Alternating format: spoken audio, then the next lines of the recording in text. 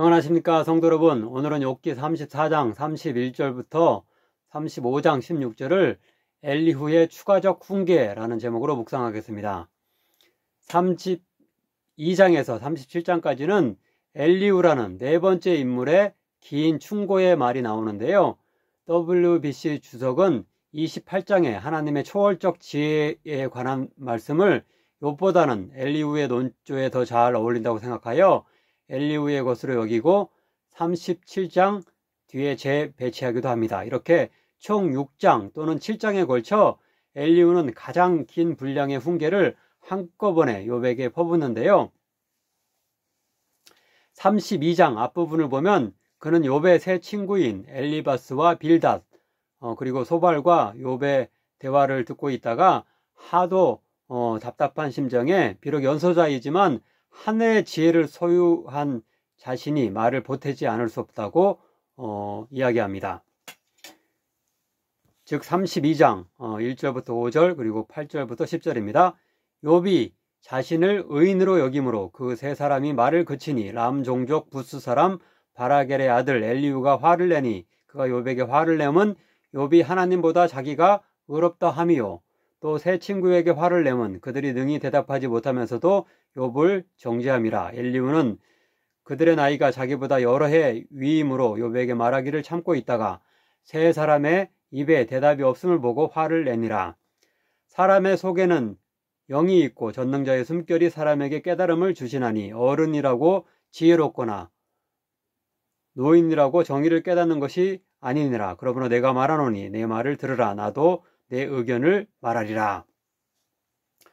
그런데 본론이 시작되는 33장을 보면 엘리바스는 세 친구들과 약간 다르게 욥을 먼저 하나님이 당신에게 재앙을 내리신 것은 내 죄 때문이다라고 일단 정죄하기보다는 하나님이 그런 재앙을 통해 당신에게 경고하셔서 회개할 기회를 주심으로 당신의 더 큰 죄를 막으며 또한 그로 인한 완전한 멸망을 막고 궁극적으로 회복과 구원을 주시기 위한 것이다라고 교육적 또는 훈육적 차원에서 좀 더 부드럽게 욥을 타이릅니다. 33장 15절부터 19절 그리고 26절부터 28절입니다. 사람이 침상에서 졸며 깊이 잠들 때나 꿈에나 밤에 환상을 볼 때에 그가 사람의 귀를 여시고 경고로서 두렵게 하시니 이는 사람에게 그의 행실을 버리게 하려 하심이며 사람의 교만을 막으려 하심이라. 그는 사람의 혼을 구덩이에 빠지지 않게 하시며 그 생명을 칼에 맞아 멸망하지 않게 하시느니라. 혹은 사람이 병상의 고통과 뼈가 늘 수심의 징계를 받나니 그는 하나님께 기도함으로 하나님이 은혜를 베푸사 그로 말미암아 기뻐 외치며 하나님의 얼굴을 보게 하시고 사람에게 그의 공의를 회복시키느니라. 그가 사람 앞에서 노래하여 이르기를 내가 범죄하여 옳은 것을 그르쳤으나 내게 무익하였구나. 하나님이 내 영혼을 건지사 구덩이에 내려가지 않게 하였으니 내 생명이 빛을 보겠구나 하리라. 그러나 34장에서 엘리후는 욥의 세 친구와 다름없이 인과응보의 원리에 근거하여 욥을 다시 꾸짖고 있는데요. 특별히 엘리후는 사회적 강자 즉 왕이나 지도자, 고관과 부자 등도 일반 백성과 똑같이 하나님의 정의의 심판을 받게 된다는 점을 강조합니다. 34장 10절, 11절 그리고 18절부터 20절입니다. 그러므로 너희 총명한 자들아 내 말을 들으라. 하나님은 악을 행하지 아니하시며 전능자는 결코 불의를 행하지 아니하시고 사람의 행위를 따라 갚으사 각각 그의 행위대로 받게 하시나니 그는 왕에게라도 무용지물이라 하시며 지도자들에게라도 악하다 하시며 고관을 외모로 대하지 아니하시며 가난한 자들 앞에서 부자의 낯을 세워주지 아니하시나니 이는 그들이 다 그의 손으로 지으신 바가 됨이라. 그들은 한밤중에 순식간에 죽나니 백성은 떨며 사라지고 세력 있는 자도 사람의 손을 빌리지 않고 제거함을 당하느니라.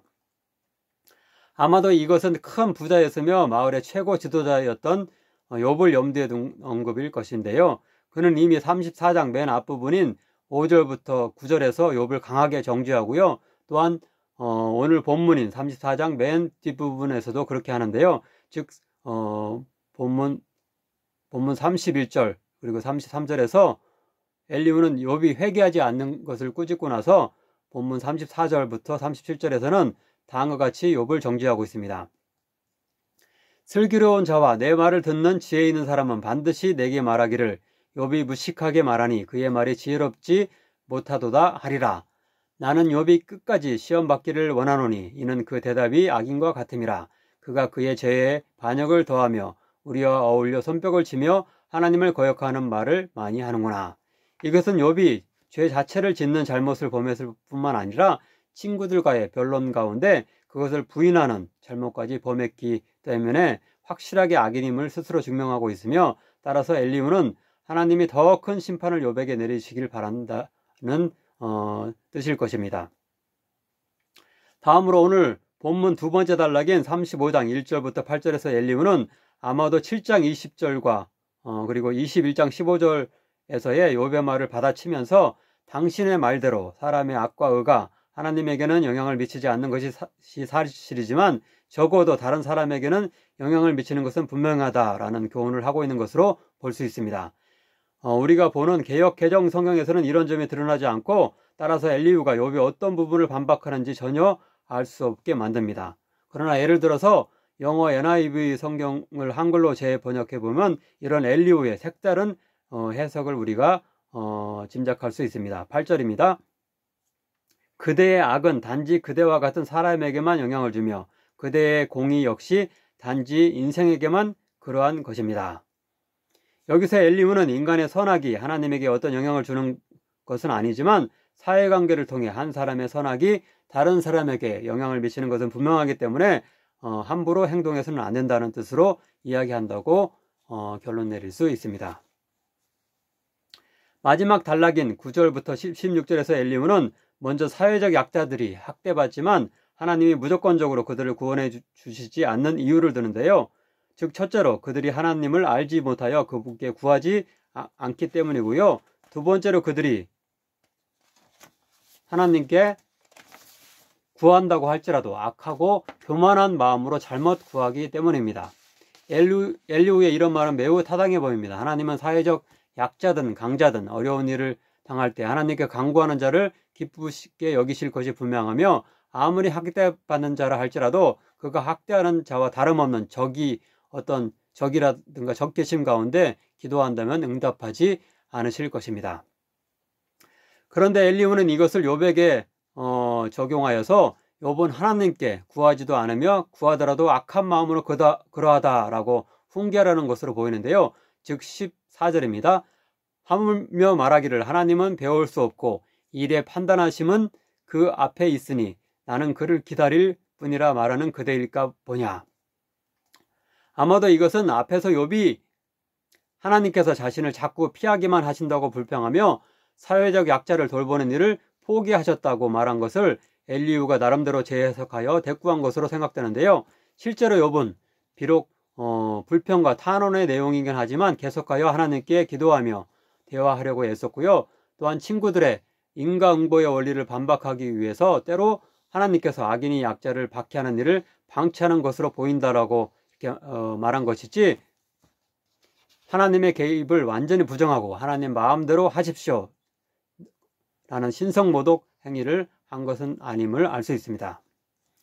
정리하자면 엘리후는 보다 교육적 차원에서 욥을 정중히 충고하기도 했으며 사회적 약자와 강자 모두에 대한 하나님의 공의로운 심판을 강조하기도 했고, 선행과 악행의 인간 상호 간의 영향에 대한 통찰력을 보여주기도 했으며 하나님께 바르게 기도하는 일의 중요성 등에 대해 맞는 말을 하기도 했지만, 결국은 욥의 새 친구와 별 다르지 않게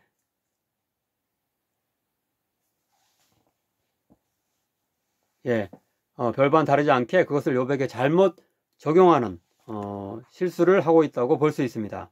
아무쪼록 우리는 엘리후와 같이 그 자체로는 옳으며 매우 통찰력 있는 것 같은 말이지만 그것을 잘못 적용하여 다른 일을 함부로 정죄하는 데 사용하는 어리석은 자가 되지 않기를 간절히 바랍니다. 기도하겠습니다. 사랑의 하나님, 엘리후의 욥에 대한 훈계에 대해 알게 하시니 감사드립니다. 앞에 새 친구 이상의 지식과 통찰력을 지닌 것으로 보이지만 여전히 그들과 다를 바 없는 인과응보의 원리에 근거하여 욥을 제대로 알지 못하고 이해하지 못하며 그를 정죄하는 엘리후의 모습을 반면교사 삼게 하소서. 우리의 지식과 통찰력을 다른 일을 정죄하는 데 사용하기보다는 그들을 위로하며 세우는 데 사용할 수 있는 진실하면서도 따스한 글쓰인 되게 하소서. 예수님의 이름으로 기도하옵나이다. 아멘.